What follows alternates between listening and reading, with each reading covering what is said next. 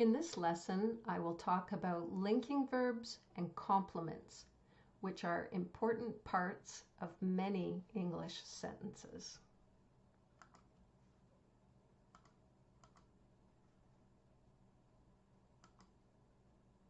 So let's just review the requirements for a sentence. And when I say a sentence, I mean a written sentence. A sentence must have three things.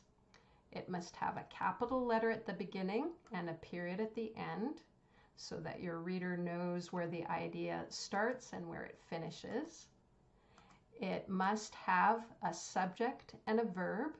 So the subject is the noun that is doing the action and the verb is the action itself. And it must have a complete idea. We can't be left with any questions or confusion about what's happening in the sentence. So here's an example. The baby cried. So our subject is the baby. That is the noun that is doing the action. And remember, a noun is a person, place, or thing. So here we have a little person. And then our action is cried. And we have a capital at the beginning, a period at the end, a subject and a verb, and a complete idea. So in this lesson, we're talking about linking verbs and complements. And they're important to sentences because if you leave out the linking verb in a sentence, you're going to have an incomplete idea. So let's see if you can determine whether or not we have complete sentences in these examples. Number one, they talked. Well, this is not a complete sentence because it doesn't have a capital letter at the beginning and a period at the end. So if you were speaking, that would be fine.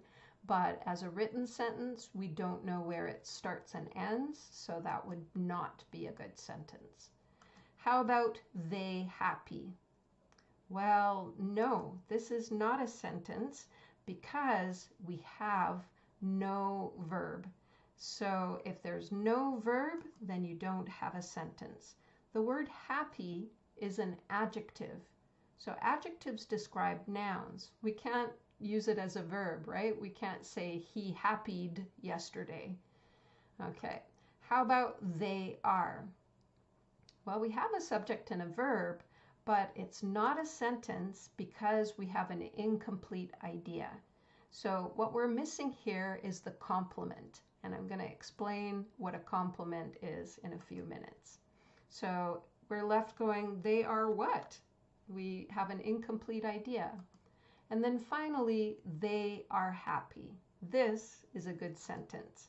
We have the capital letter at the beginning, the period at the end, a subject and a verb, and a complete idea. So the verb be, we've already seen in previous lessons that it can be either a helping verb in the sentence or a main verb.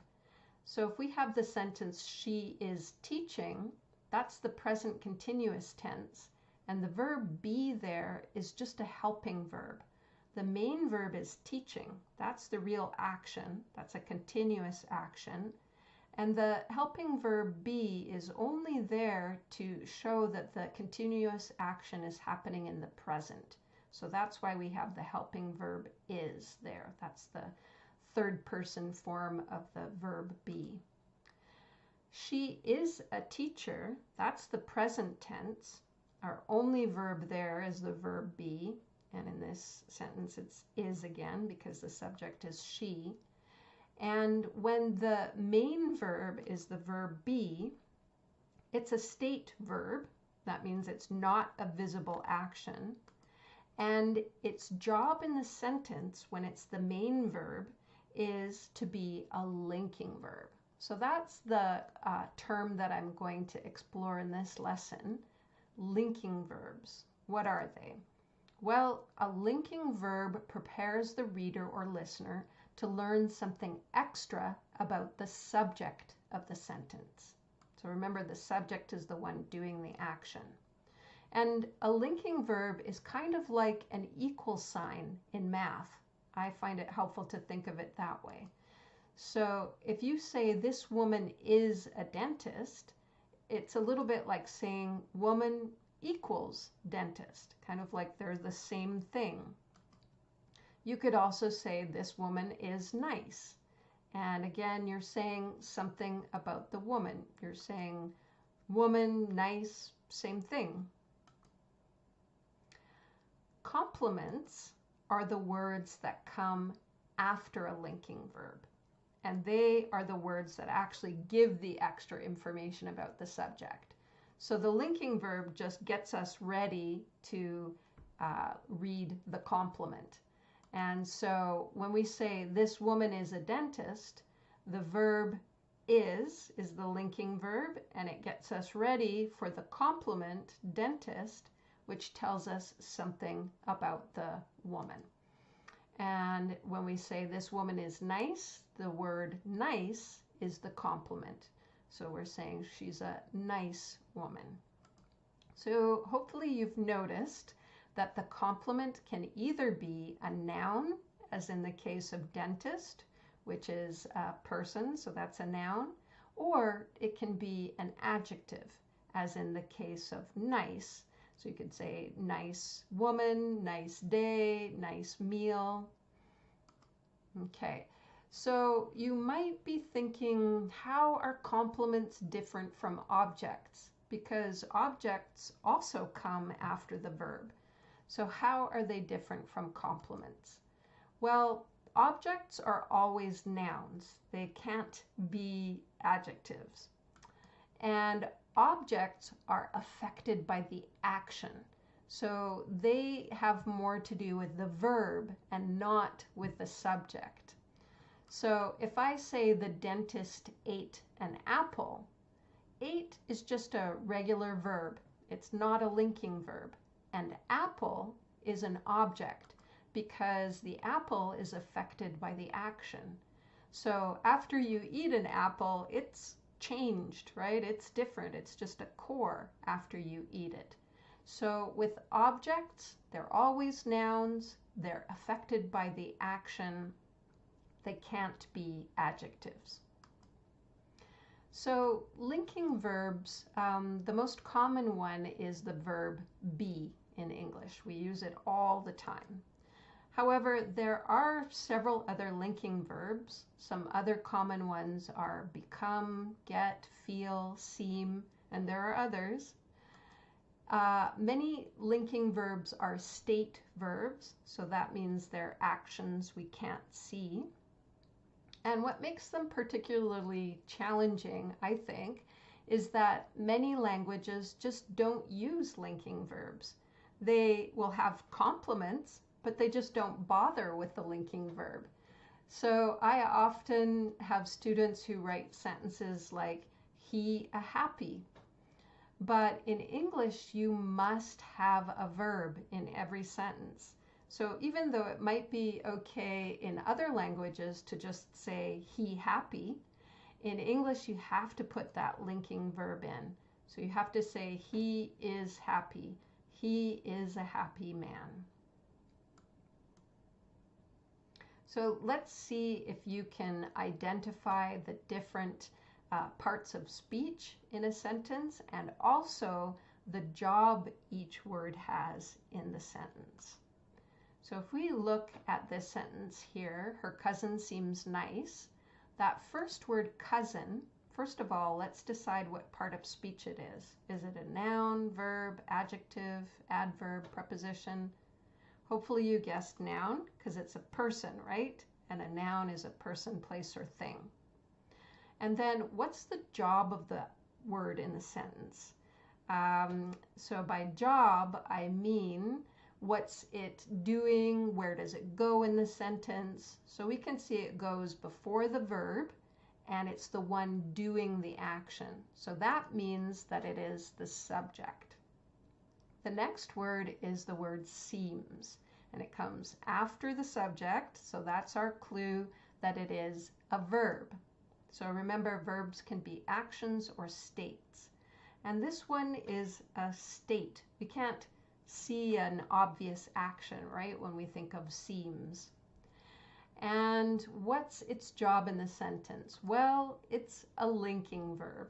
So you might ask, how do I know it's a linking verb? Well, I know by looking at the word that comes after it. So the word that comes after it is nice. And nice, what part of speech is it? It's not a person, place, or thing, so it's not a noun. It is not a verb, because we already have the verb, right? And we can't use it like a verb, right? We can't say, I niced yesterday, right? But we can use it to describe a noun, right? Nice cousin. So it's an adjective. And remember, if the word that comes after the verb is an adjective, that's a pretty good clue that it is a complement. Okay, so remember, complements say something extra about the subject. Cousin equals nice. So that means if we have a complement after the verb is a linking verb. And linking verbs just prepare us for complements. And notice the spelling of complement there with an E. It's not the same as saying a nice thing about somebody, which is a compliment with an I. Okay, so let's practice and see if you can tell the difference between an object and a complement in a sentence. So, my sister seems happy. What's the subject in that sentence? So remember, the subject is the one doing the action. So the subject in that sentence is sister. It's a noun, person, place, or thing, in this case a person. The verb comes after the subject, so the verb is seems. And then after that we have the word happy. So is that an object or a complement? Remember, an object is affected by the action, and a complement says something about the subject. So are we saying something about the sister? Yeah, we are. Happy sister. And happy is an adjective. So that's another clue that we have a complement. Okay, so seems is a linking verb. How about they did their homework? What's the subject? The subject is the one doing the action, so that's they. And what's the action? Did, past tense of do. And then is homework an object or a complement? So the object is affected by the action. A complement says something extra about the subject. So which is it? Well, in this case, we have an object. So the homework is affected by the action, right? It goes from being incomplete homework to complete homework. And we can't say they equal homework, right? It doesn't make sense. So there's no complement there. We're not saying something extra about the subject. And so that means that did is just a regular verb. It's not a linking verb. You are students. What's the subject? You are. What's the verb?